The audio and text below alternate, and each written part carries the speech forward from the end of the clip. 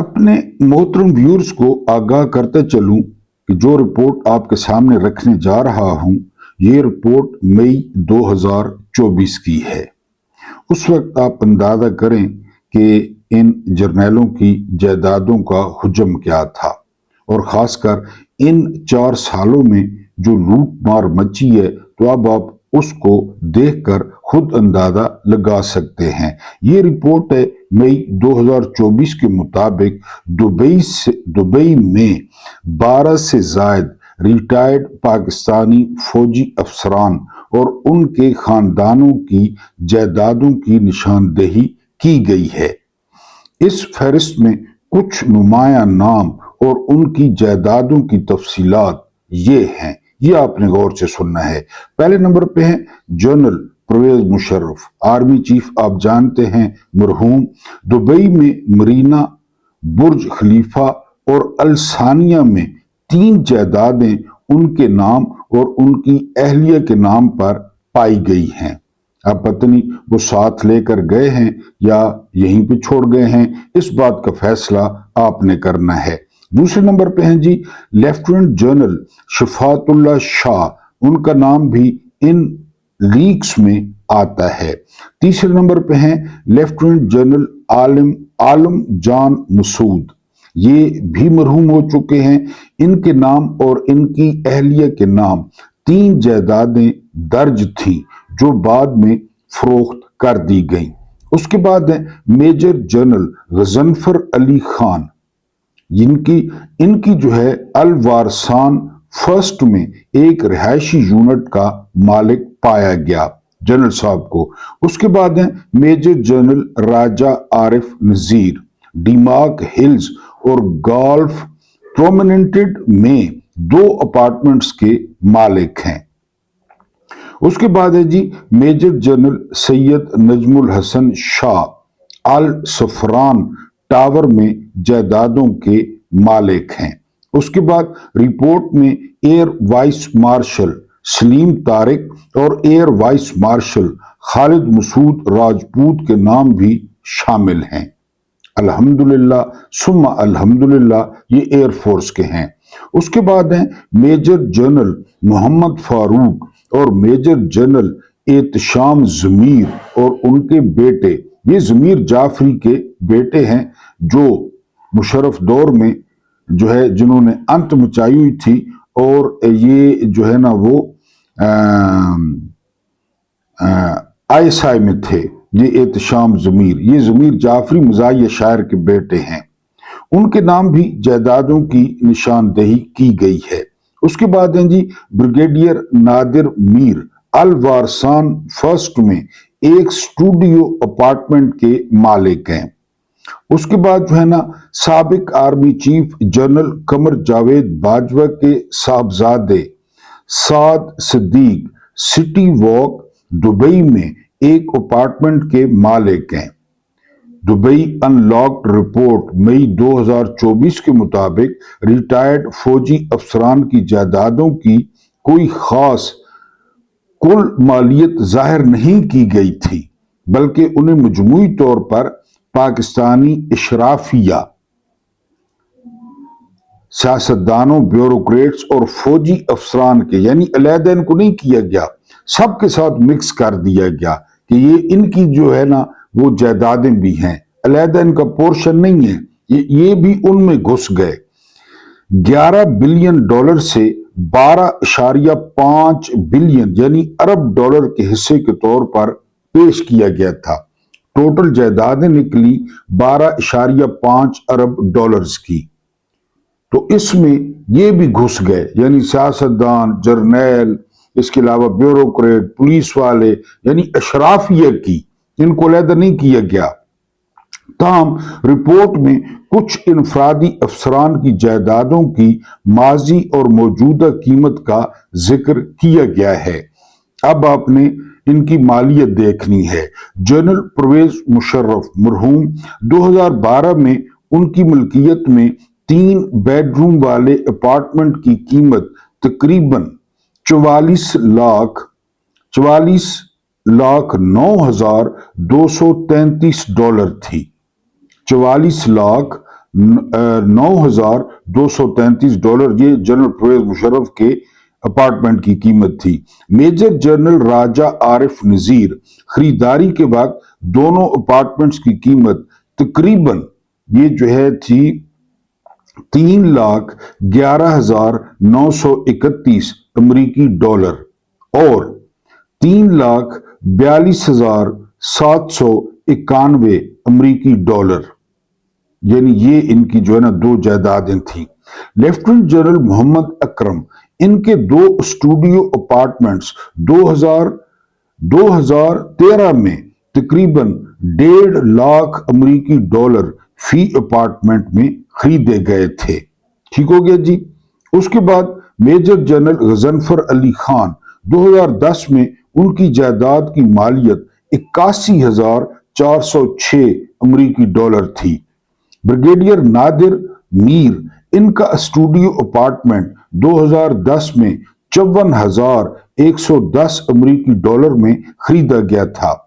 Major general Syed Ehtesham जमीर इनके बच्चों की एक अपार्टमेंट की कीमत 2017 में 44,382 अमरीकी डॉलर थी। अब आप इनको जो है वो कर लें, ज़रब दे लें 2080 से, तो आपको पाकिस्तानी रुपए मिल जाएंगे कि ये कितने रुपयों की है। और बार बार आपको बता रहा हूं कि ये 12, 13 वहां से करते करते 2024 तक की जायदादें हैं। और पाकिस्तान यहाँ 1-1 अरब डॉलर के लिए क्या कुछ करता फिर रहा है।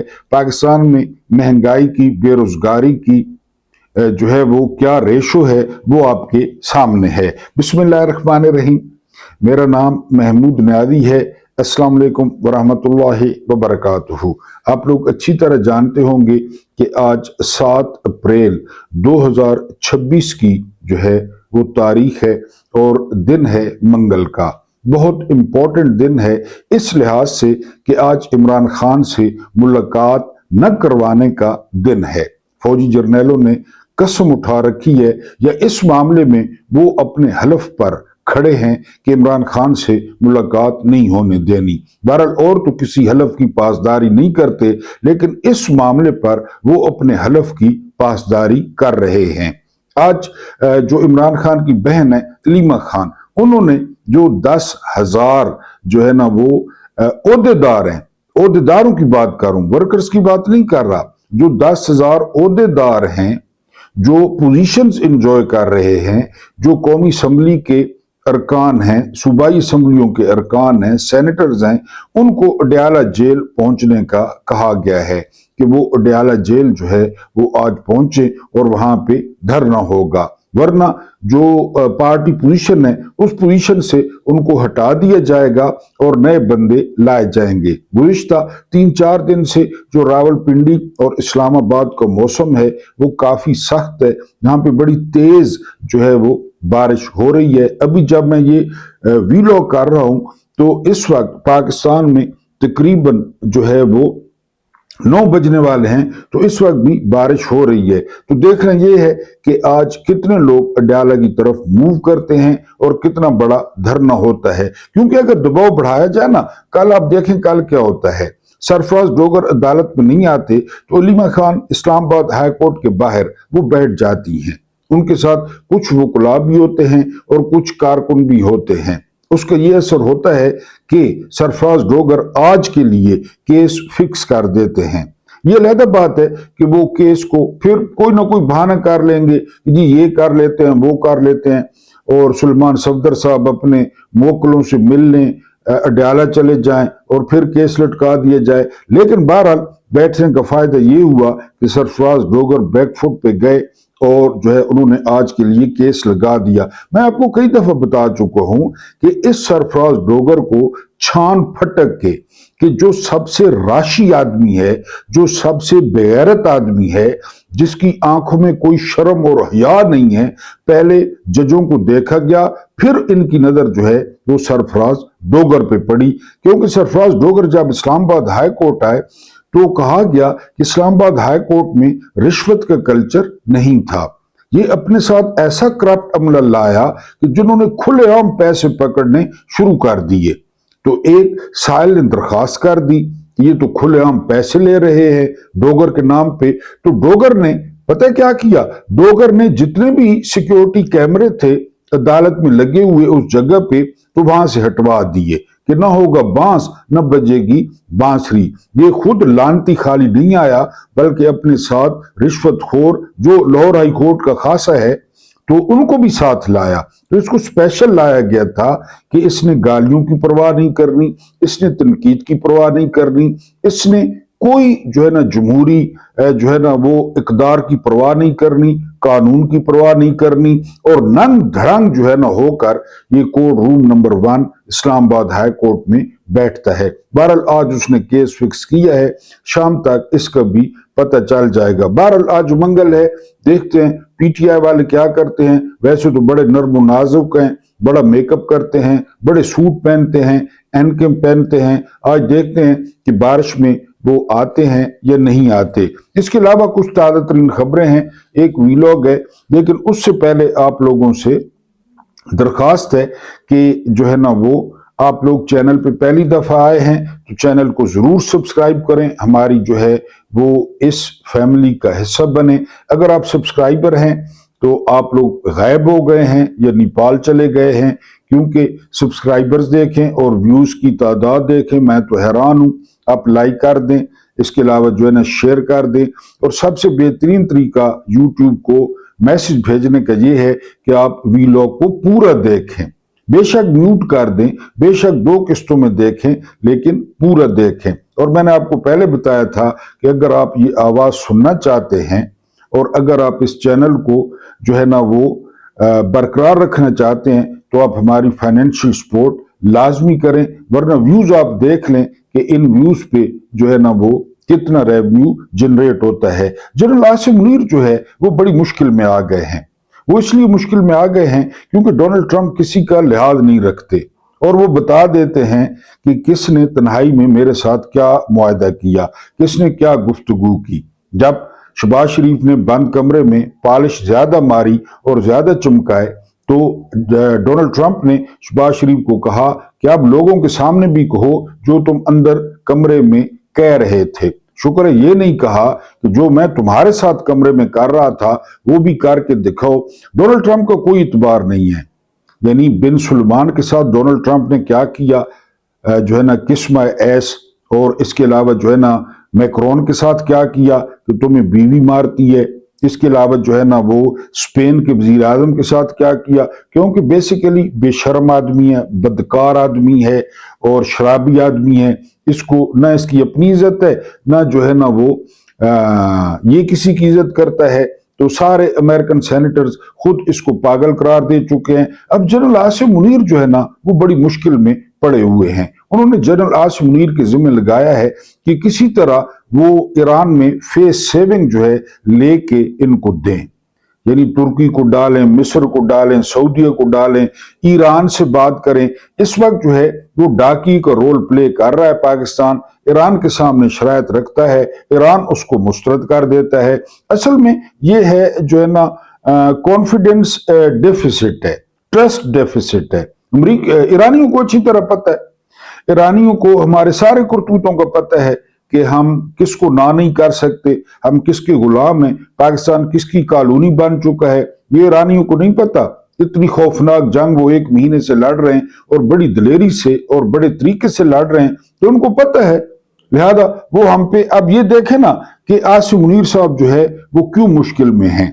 जंग बंदी, अमन और सुलह दुनिया के किसी भी कोने में हो और कोई भी करवाए, उसके लिए नेक तमन्नाएं। यानी मैंने कल भी कहा था कि हम तो चाहते हैं कि फौरी तौर पे जंग बंद हो, अमन हो, मामलात मामूल पे आए, लेकिन आदि फितरी और पैदाइशी झूठे पाकिस्तान के खैर खा नहीं, वो ईरान के कहां से होंगे। मसला तो ये है, मैंने कल भी कहा था कि पूरी दुनिया में सुलह कराई जा रही है और अपने घर में हालत देखें, बार बार झूठ, बार बार झूठ। मुज़ाकरात और सालसी की खबरें हमेशा रॉयटर्स से क्यों निकल रही हैं, ये हर कोई सवाल पूछ रहा है। एक जो है एजेंसी है, न्यूज एजेंसी रॉयटर्स, वहां से खबरें आ रही हैं। صرف وہ خبریں دے رہا ہے۔ پاکستان کی وزارت خارجہ، سیکیورٹی ذرائع اور جیو نیوز ان کی تفصیلات کیوں نہیں بتا رہا؟ صرف رائٹر دی پاکستان یہ کر رہا ہے، پاکستان وہ کر رہا ہے۔ اب آپ ڈاٹ کنیکٹنگ کر لیں کہ رائٹرز کیوں ایسی خبریں دے رہا ہے۔ کیا رائٹرز کو مال لگا ہے؟ کیا رائٹرز کو کہا گیا ہے کہ وہ ایسی خبریں دے اور امیج بنائے، ڈونلڈ ٹرمپ کو ٹھنڈا رکھے کہ پاکستان بڑی بھاگ دوڑ کر رہا ہے، فیلڈ مارشل پوری رات جاگتے رہے، وہ رابطے کرتے رہے؟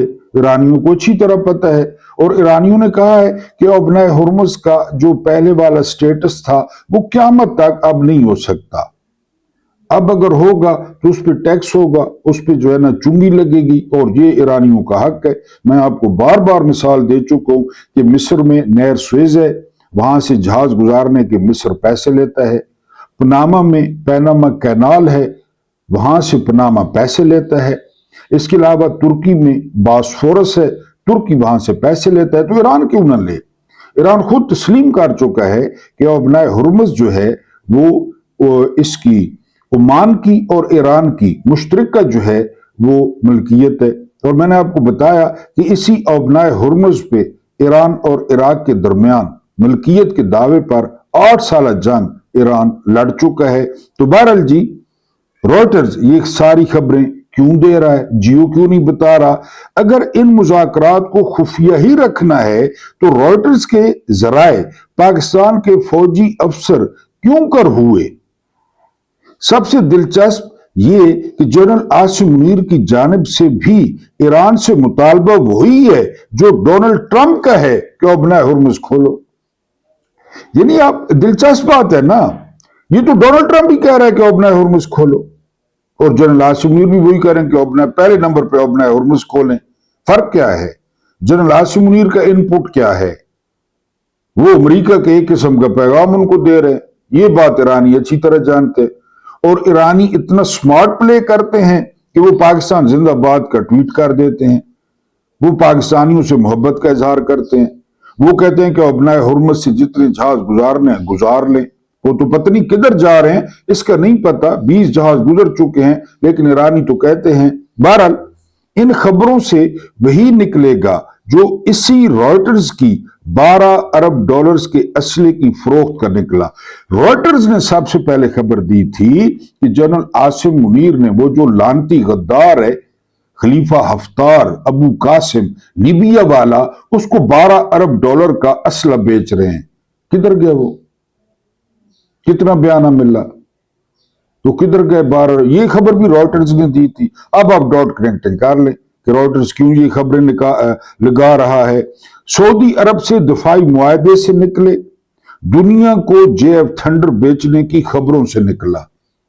یعنی جو سعودیہ کے ساتھ معاہدہ، وہ رائٹرز کی خبر، اس کے بعد جو ہم دنیا کو JF تھنڈر بیچ رہے ہیں وہ رائٹرز کی خبر۔ تو ان میں سے کیا نکلا؟ تو یہ رائٹرز جو ہے وہ بار بار خبریں دے رہا ہے، لیکن اس میں کوئی شک نہیں ہے کہ جنرل عاصم منیر جو ہے وہ اس وقت مشکل صورتحال کا سامنا کر رہے ہیں، اور جس طرح ڈونلڈ ٹرمپ کی سیمابی طبیعت ہے تو وہ کچھ بھی کہہ سکتے ہیں کہ ہم نے آپ کو سپورٹ کیا، ہم نے آپ کے رجیم کو سپورٹ کیا، ہم نے عمران خان کی قید کو سپورٹ کیا، ہم نے الیکشن چوری کو سپورٹ کیا، ہم نے سوٹے اور ڈانگیں ان کو سپورٹ کیا، بنیادی انسانی حقوق پاکستان میں کچل ڈالے گئے، صحافیوں کو گرفتار کیا گیا، صحافیوں کو ہراساں کیا گیا، ہم نے اپنے منہ میں دہی جما لیا، اور آپ سے یہ نہیں ہو سکتا کہ آپ ہم کو اس دلدل سے نکالے۔ اب پیٹ ہیگسٹ کیا کہتے ہیں؟ یہ وزیر دفاع ہے، بدکار ہے، شرابی ہے، اور اس کے بارے میں بہت ساری، یعنی اپنے خاندان میں اس پہ الزام ہے کہ اپنے خاندان میں اس نے ہراساں کیا خواتین کو۔ یہ کہتا ہے کہ جی ہماری دھمکی کو سیریس لیا جائے۔ جو ڈونلڈ ٹرمپ نے دھمکی دی ہے کہ جی پلوں اور تنصیبات کو نشانہ بنایا جائے گا، تو پیٹ ہیگسٹ کہتا ہے کہ اس کو سیریس لیا جائے، ورنہ آپ لوگ سید علی خامنائی سے پوچھ لیں، جنرل قاسم سلیمانی سے پوچھ لیں، اور نکولس مادورو سے پوچھ لیں۔ یہ کہنا ہے پیٹ ہیگسٹ کا، حالانکہ 30 دن میں وہ اچھی طرح ایران کے مسلز دیکھ چکے ہیں، उनके मुंह से झाग निकल रहा है, उनका सदर अस्पताल से होकर आया है, लेकिन अभी भी वो धमकियां दे रहे हैं। एक ताज़ा तरीन जो इंकशाफ हुआ है, आप सुन चुके होंगे, मैं थोड़ी उस पर रोशनी डालूंगा, वो ये कि इन्होंने वीजो, ये उस पायलट का नाम था जिसने जो है ना इजेक्ट किया था ईरान में, कि जी वो पायलट हमने ढूंढना है, वो पायलट हमने ईरान से निकालना है। वहां पे ऑपरेशन होता है और वहां पे तबाही फैल जाती है। बाद में खबरें क्या आती हैं? बाद में खबरें आती हैं कि 155 जहाजों का इतना बड़ा ऑपरेशन दुनिया का हुआ, जिसमें बड़े बड़े C-130 जो जहाज हैं, उन्होंने, जो हरकुलिस तैयारे हैं, उन्होंने इसमें हिस्सा लिया। 155 जहाज जो रीफिल करने वाले थे, पेट्रोल भरने वाले थे, बख्तरबंद गाड़ियां और पत्नी क्या क्या, और वो जो मीम्स बन रही हैं वो कब्रिस्तान बन गया है अमेरिकी जहाजों का। अब बात सामने ये आ रही है कि वो जो ऑपरेशन था वो 450 किलोग्राम जो है वो यूरेनियम के लिए था, कि किसी तरीके से 450 किलोग्राम जो यूरेनियम है वो ईरान से छीनी जाए, वो हासिल की जाए, और वो ऑपरेशन भी बुरी तरह नाकाम हो गया। यानी मैं आपको पहले बता दूं कि ईरान अपनी यूरेनियम अमेरिका या इजराइल के अलावा किसी भी मुल्क के हवाले करने पर पहले ही तैयार था कि हम रखवाते हैं। जिस तरह आपको पता है कि अमेरिका के कुछ जो एटमी हथियार हैं वो जर्मनी में पड़े हैं, अमेरिका के कुछ एटमी हथियार इटली में पड़े हैं, ये होता है मुल्कों के दरमियान। तो ईरान ने कहा था कि वो अपनी यूरेनियम वो किसी यूरोपीय यूनियन के भी हवाले कर सकता है, चीन के हवाले कर सकता है, रशिया के हवाले कर सकता है, हाँ उसको तल्फ नहीं कर सकता। अमेरिका और इजराइल और उसके जो पालतू हैं उनके हवाले नहीं कर सकता। अब उस 450 जो है वो किलोग्राम यूरेनियम का इशू है, और इसको ट्रॉफी के तौर पर लेना चाहता है डोनाल्ड ट्रंप, कि वो क्या दिखाए अमेरिका को। अब बनाए हुर्मुज बंद है, वो क्या दिखाए अमरीकियों को। मिड टर्म इलेक्शन सर पे आ गए, 33% मकबूलियत के साथ कभी कोई बंदा वो व्हाइट हाउस में नहीं रहा। ये हाल हुआ था रिचर्ड निक्सन के साथ, हालांकि कितने बड़े सदर थे। रिचर्ड निक्सन के साथ यही हुआ था वाटरगेट स्कैंडल के बाद, और निक्सन ने इस्तीफा दे दिया था। वही हाल अब ट्रंप को हो रहा है। अब ट्रंप जो है उस यूरेनियम को ट्रॉफी के तौर पे लेना चाहता है, और उस यूरेनियम ने जो हाल किया अमेरिकी ऑपरेशन का, वो मैंने आपके सामने रख दिया है।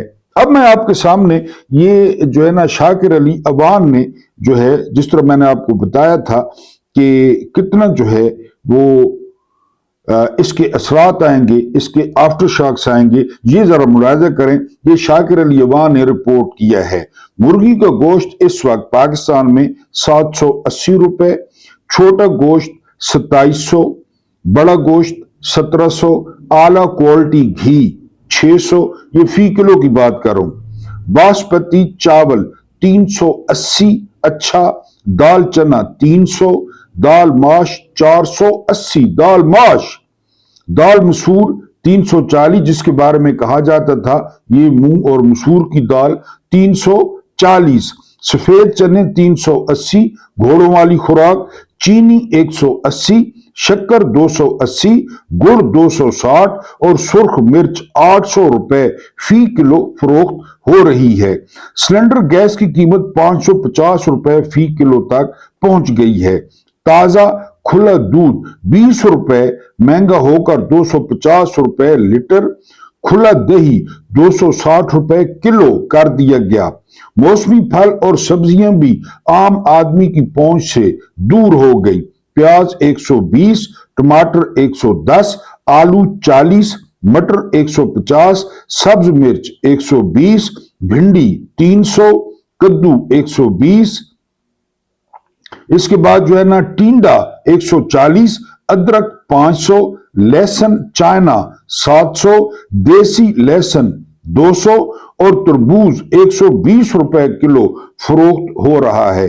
किन्नू 500 रुपए फी दर्जन, केले 250 रुपए फी दर्जन, अमरूद 200 रुपए और 250 रुपए, स्ट्रॉबेरी दर्जा अव्वल 400 रुपए, सेब ईरानी 500 रुपए, सफेद सेब 400 रुपए और खरबूजा 200 रुपए किलो फरोख्त किया जा रहा है। आप अंदाजा करें, यानी मैंने तो जल्दी में बता दिया ना, आपने जरा ठहर के फिर सुननी है कीमतें। सुनी क्या है, आप जाते नहीं है बाजार में, आप लेते नहीं है कि जो है ना वो क्या सूरत हाल है।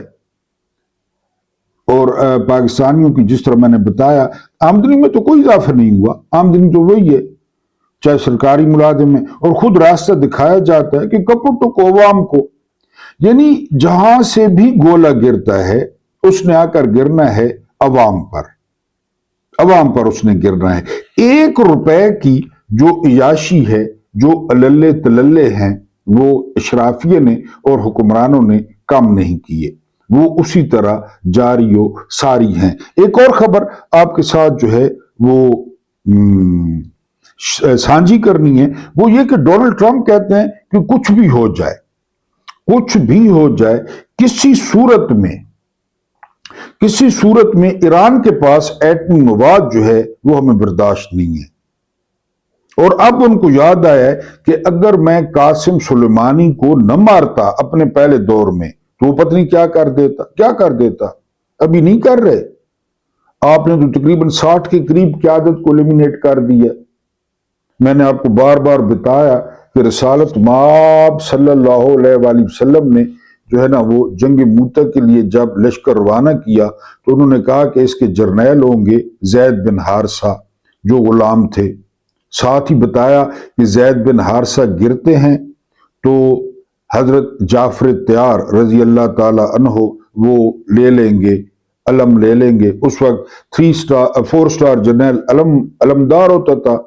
जाहिर है वो लड़ते थे जिस तरह ईरानी लड़ रहे हैं, हमारे वाली बात तो नहीं है ना, टंडटी टेंशन, बस इनकी तो शहादत नसीब में ही नहीं है। हमारी पूरी दुआ है कि अल्लाह पाक पूरी क़यादत को, चाहे वो सियासी है चाहे वो अस्करी है, शहादत के रुतबे पर फायज करे, इनको शहादत जैसा दर्जा दे।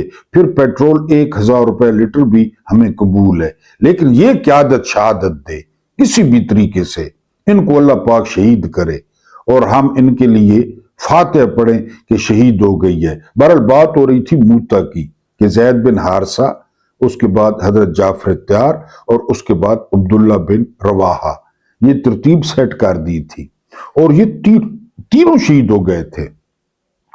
फिर बाज किताबों में है कि चौथा नंबर था खालिद बिन वलीद का कि जी वो होंगे। बाज किताबों में है कि कहा गया था कि फिर आप खुद ही फैसला कर लें कि आपने अलम किसको देना है। तो फौजियों ने खुद ही, लश्करियों ने फैसला किया और उन्होंने खालिद बिन वलीद को जो है वो अपना जो है वो अलम दिया था और वो उन्होंने फिर बड़ी कामयाबी से जंग मूता जो है वो लड़ी। तो ये जो है ना अपनाया है ये ईरान ने।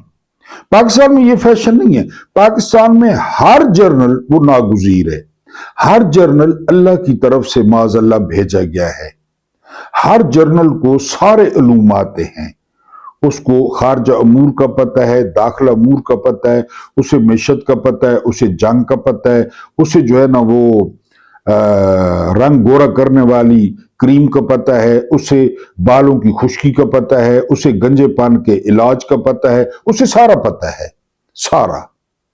क्योंकि जो ही आप काकूल एकेडमी में दाखिल हुए तो आप पर वजदान होना शुरू हो गया, आप पे माज़अल्लाह वही नाजिल होना शुरू हो गई। तो बहरहाल ईरान ने तो अमली तौर पे दिखाया है कि जो है ना वो, आप लोगों ने सब ने आज कमेंट्स में सारी अस्करी और सियासी क़यादत की शहादत की दुआ करनी है कि अल्लाह पाक इनको शहादत के रुतबे पर फायज करे। उसके बाद जो अगली खबर है और आखिरी खबर है कि ईद के ये नई मशरफ भट्ट हैं, बड़े मीसने से ARY के ये खबरें लाते रहते हैं, कई खबरें इनकी सच्ची भी होती हैं, जो है ना एस्टेब्लिशमेंट को सूट करें तो वो खबरें इनकी सच्ची होती हैं। ये कहते हैं कि ईद के दूसरे दिन एक बहुत अहम शख्सियत वो जाती है नवाज शरीफ के पास। पहली बात ये है कि اہم شخصیت کا نواز شریف کے ساتھ کیا کام؟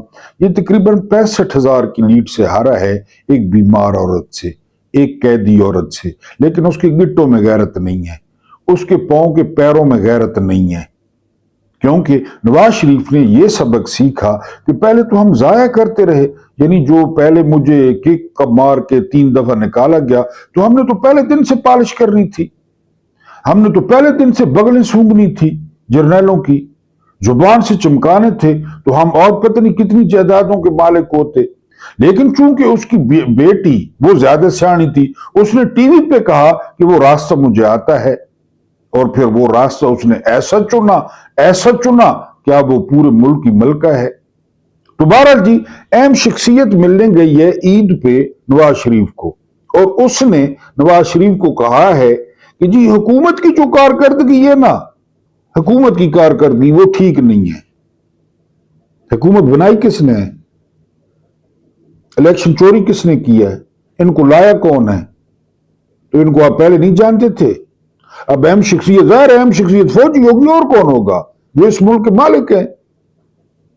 فوجی شخصیت ہوگی نا۔ تو اب قربانی شہباز شریف کی دینی ہے کہ اس کی قربانی کے وقت آپ پہنچائے، یا آپ نے صدر بننا ہے؟ کیونکہ 28ویں ترمیم میں جو اعلی حضرت ہیں، جو خلیفۃ المسلمین ہیں، جو امیر المومنین ہیں، جنرل عاصم منیر صاحب دامن برکاتہ، وہ صدر بن رہے ہیں۔ میں نے آپ کو بتایا ایوب خان صدر بنے یونیفارم میں، یا صدر بنا، مشرف صدر بنا، جو ہے نا وہ ضیاء صدر بنا، یہ کیوں نہ بنے؟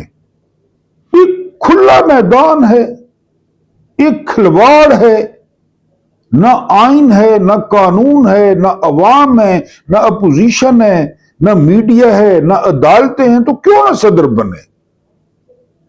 کیوں نہ؟ یعنی اب میرے جیسے لگڑ بندے کو کہا جائے اچانک کہ جی آپ کو صدر بنا دیں، تو میں کہوں گا بناؤ، مجھے کیا اعتراض ہے؟ یعنی میرے آنکھوں میں شرم و حیا نام کی کوئی چیز نہ ہو، اور مجھے کسی چیز کی پرواہ نہ ہو، میری کھال اتنی موٹی ہو، حالانکہ میں ان سے سوال کروں کہ کس کیپیسٹی میں مجھے آپ صدر بنا رہے ہیں؟ میں الیکشن جیتا ہوں یا میری کیا خدمات ہیں؟ لیکن اس میں جنگ میں کیا خدمات تھی؟ آپ فیلڈ مارشل بن گئے۔ جنگ میں کیا خدمات تھی؟ آپ چیف آف ڈیفنس بن گئے۔ جنگ میں کیا خدمات تھی؟ آپ نے chairman joint chiefs of staff committee کو فارغ کر دیا، خود بن گئے، تو اب آپ صدر بن جائیں۔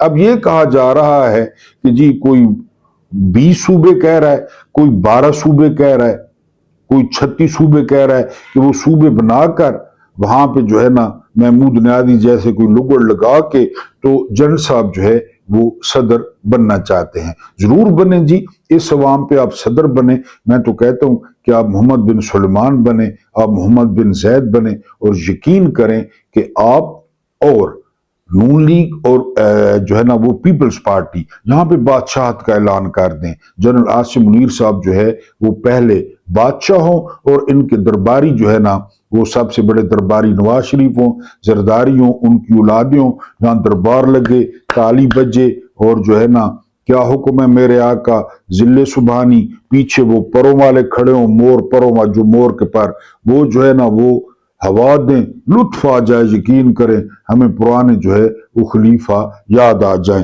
اللہ پاک آپ کو آسانیاں عطا فرمائے، آسانیاں بانٹنے کی توفیق عطا فرمائے۔ میرا رب کریم آپ کے اور میرے مرحومین کی مغفرت فرمائے، ان کے ساتھ عدل کا نہیں رحم کا اور احسان کا معاملہ فرمائے۔ مجھے برداشت کرنے کا بہت بہت شکریہ۔